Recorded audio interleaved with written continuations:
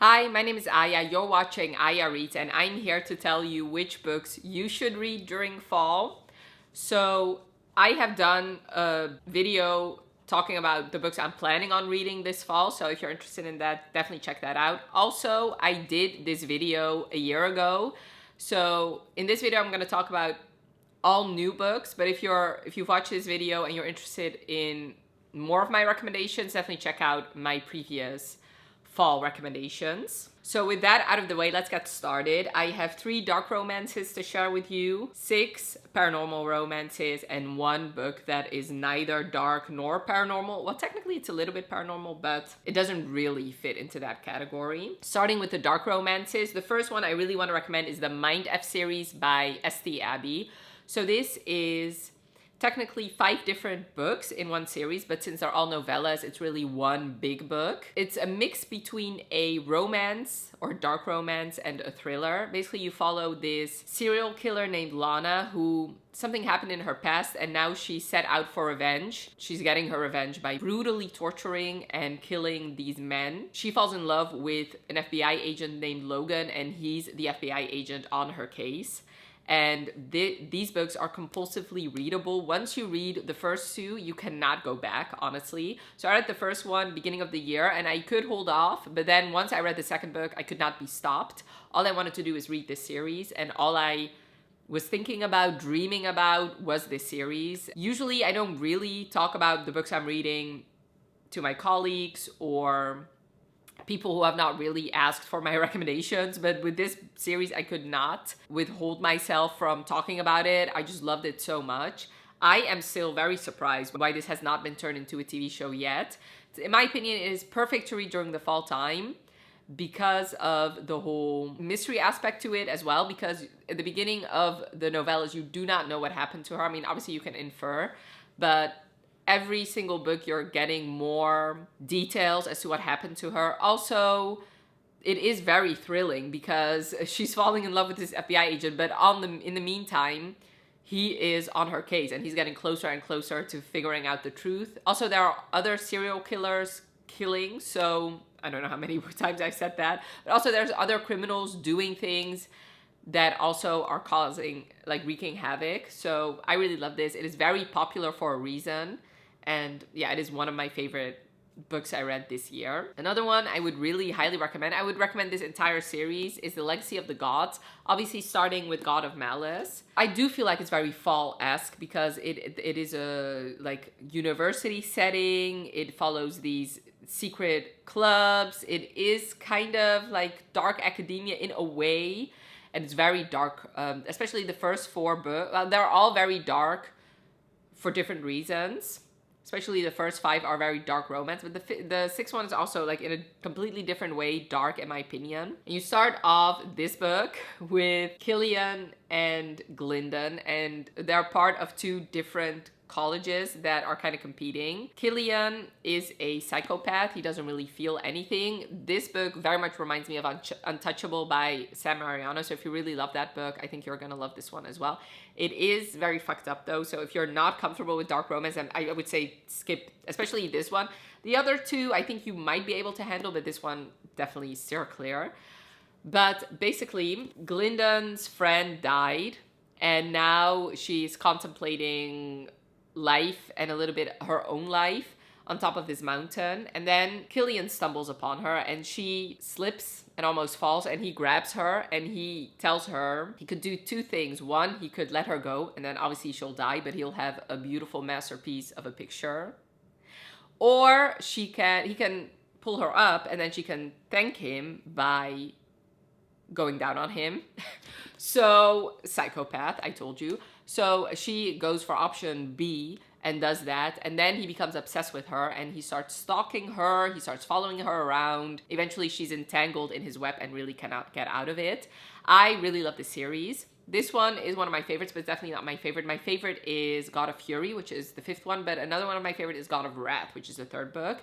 Eventually, there's also mafia-related characters in here, so this is just very good. I feel like, especially the atmosphere, the way she describes these 2 colleges and the island that they live in is very fall-esque to me. So I do think of fall when I think of these books. It's also obviously very rainy, windy, because it takes place on this island in the UK.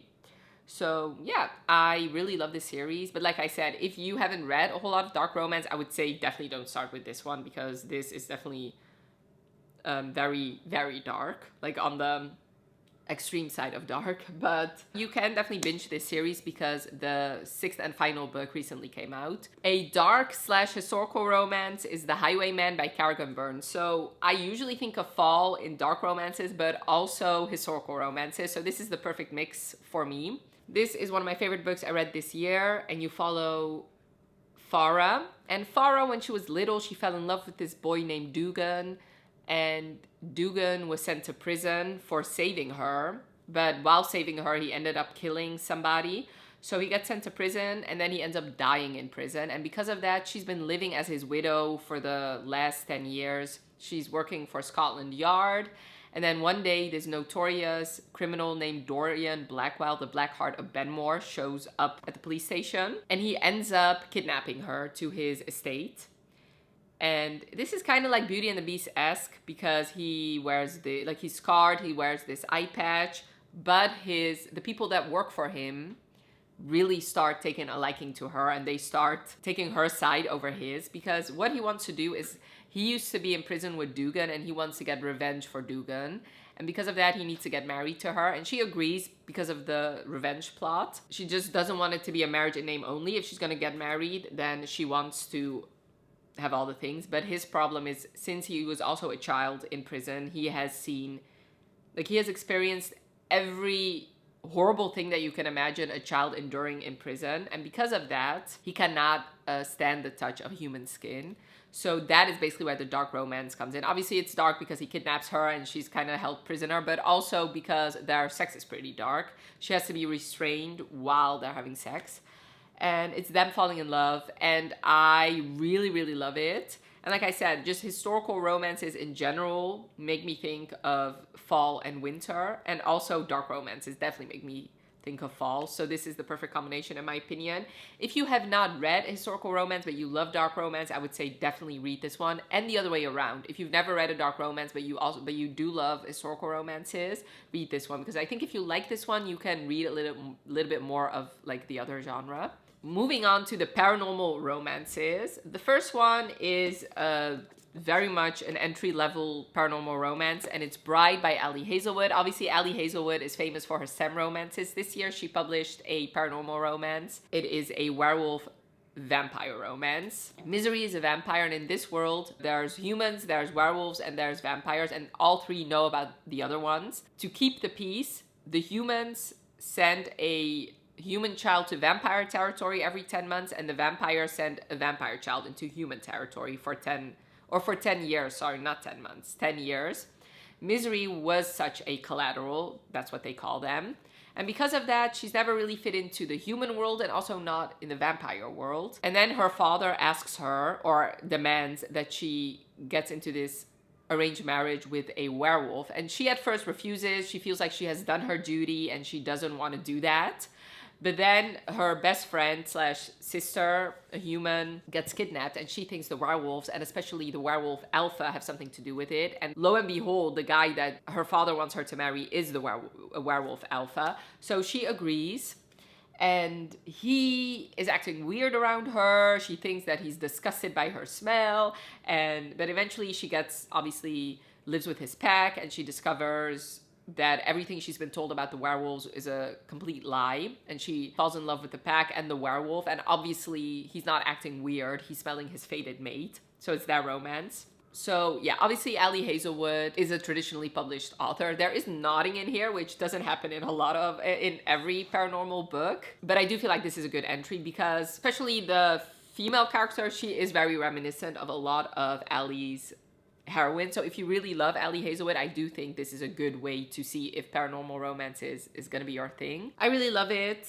and I do feel like she did a good job with her first traditionally published paranormal romance. Her Soul to Take by Harley LaRue. So this is the first book in a trilogy of different romances related to demons. The first two are a human falling in love with a demon, and the third book is a witch falling in love with a demon.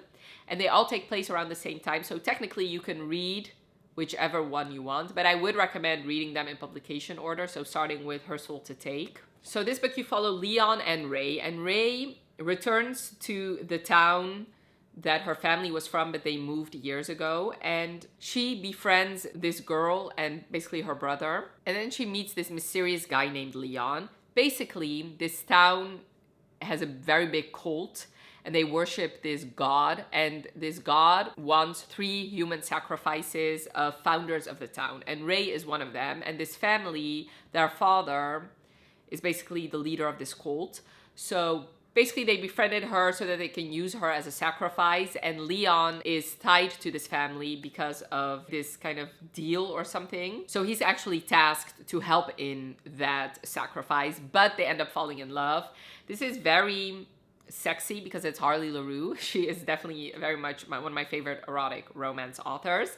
And what I like about this one is that it changes up like what is like normal, I guess, in this world. So in this world, demons are kind of good. Well, they're not good, they're just like humans, but the god is actually very evil. Basically, it expands. The first book, you get a small peek, and especially the third book, you learn a lot more about demons and where they're from and stuff like that. I do have to say, I would not recommend binging this trilogy because, like I said, they do take place around the same time. So events that happen in the second book, you already saw them in the first book, but through Ray and Leon's point of views. So I would say just read them slowly, either just one every Halloween or just like one every couple of months. So like I said, it is sexy, but also very harrowing because like the creatures, the paranormal creatures, the monsters in here, Harley does take the time to explain what they look like and like what is happening. So I wouldn't classify this fully as horror, but there are horror elements to it. But I'm not really a horror reader, and I thought, especially reading stuff like that, I don't get that scared. But yeah, I thought it was an amazing book, and I would definitely recommend reading it around Halloween or during fall time in general. How can I make a fall recommendations without mentioning Wolfsong by TJ Klune? So this is one of my favorite books of all time, and it is a werewolf romance, as you can see. This is an MM romance, because obviously TJ Klune only writes MM romances. And you follow Ox and Joe. And Ox is this boy who's not really wanted by his dad and doesn't really have a whole lot of friends. And then one day, the Bennetts move in next door, and he meets the whole Bennett family, including little Joe, who is 6 years younger than him. And Joe immediately clings on to Ox. He proclaims him to be his best friend. He tells everybody that he smells like candy canes and all the good stuff. Ox is at first taken aback, but then he becomes friends with Joe, and he really becomes part of the Bennett family. But actually, he becomes part of the Bennett clan because the Bennetts are actually werewolves, which he finds out about later. And obviously, with werewolves and with Joe thinking that Ox smells so amazingly, Ox is actually Joe's mate. Obviously, when Ox is 16 and Joe is 10, nothing happens, but this book takes place throughout years. So you actually see them grow up together, and then something horrible happens, and then Joe has to leave, and Ox is left alone and heartbroken, and then you see all that happen. Obviously, it's a romance, so eventually they do end up together. I really love this book because it just like it hurts me.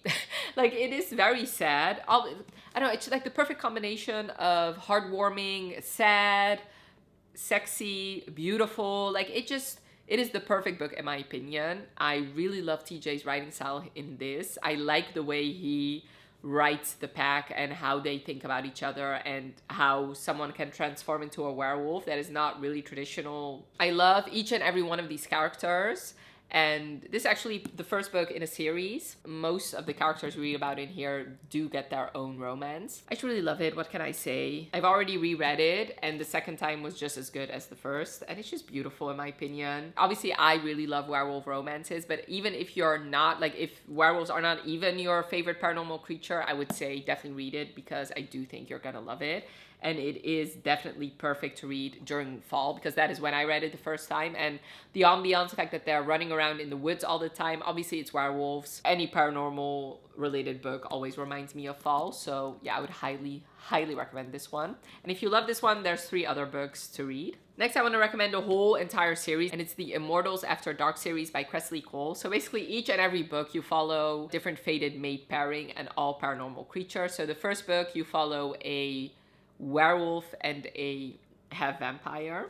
And then there's other books following, like there's vampires, there's demons, there's werewolves, there's Valkyries, there's witches, obviously. So anything you want, this series will have for you. All of them are amazing. All of them are sexy, and you fly through them. Like that, I read them, I believe like 2 years ago, and at one point, like I just binged them. Like I would read one and then the other and then the other. This is a very long series, but I would say don't be intimidated by that, because they do read very quickly, and honestly at a certain point all you want to do is read the series. So just start with the first one, read the first couple, and actually the first 4 you can read them in any which order you want. So I do know, so this obviously, like I said, a werewolf and like a half vampire. I do know, I do have to say this one has some issues with consent, and this was written a while ago, obviously in 2006. There's a book about a werewolf and a witch. There is a book about a vampire and a ghost, which is a lot of people's favorites. And then there's another Valkyrie. Is it Valkyries? Yeah, it is Valkyries. So there's another vampire Valkyrie pairing. So if you don't think you're gonna like this one, try the other ones. But I would highly recommend this series. I do think it stands the test of time. It is amazing. They recently released new covers. They're starting releasing new covers for this series, so it's a more regular size paperback, which I do think I'm gonna collect those, because these mass market paperbacks are just not doing it for me. You can read them anytime you want, honestly, but if there is a perfect season to start them, I would say it's definitely the fall season. So yeah. And what is good is that she is releasing new books. So I do know that the newest book is gonna come out at the end of the year, so maybe by then you will already have binged them if you start at the beginning of the fall season. The Witches' Wolves by Allie Mae McGregor. So this is a MMF following a woman that the townspeople call a witch simply because she's sexually free, I guess.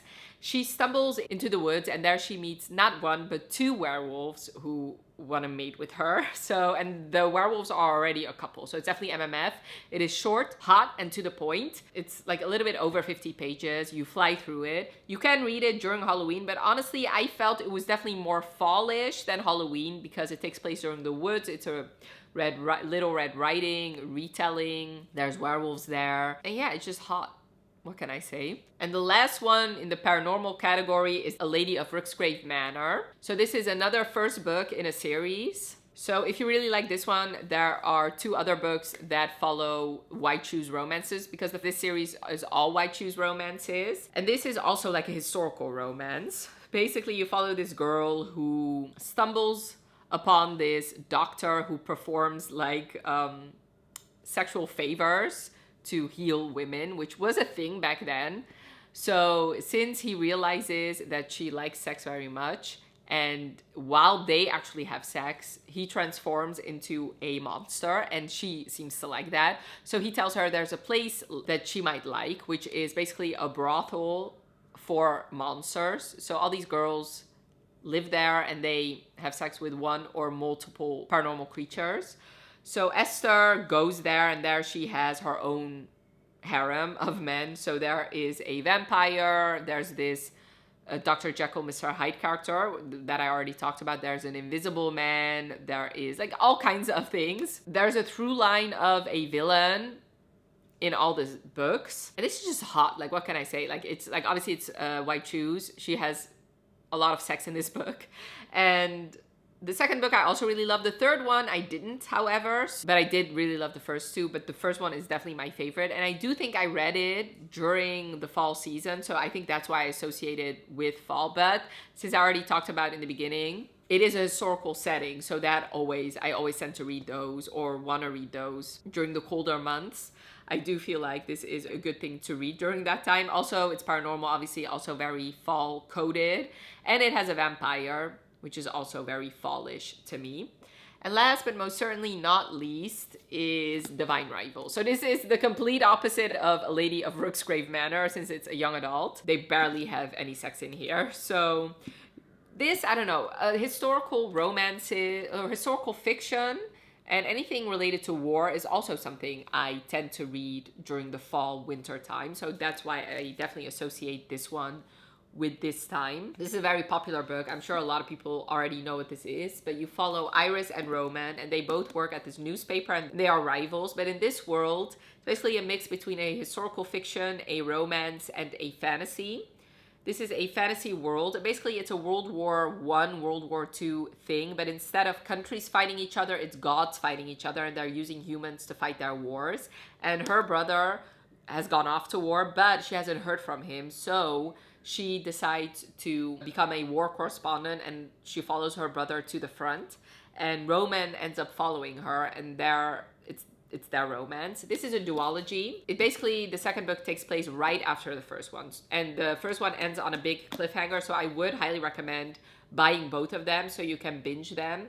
Because to me, it does feel like one continuous story. I really love this book so very much. This romance is so cute and wholesome, and I just really love it. So I do have to say, set your expectations low. Like, if you're a big fantasy reader, I don't think you're gonna like this one, because it doesn't really focus too much on the fantasy. I would say I would recommend this mostly to historical fiction readers or romance readers, because even though obviously this doesn't have any explicit sex scenes, I do really love the romance because I do think it's very wholesome.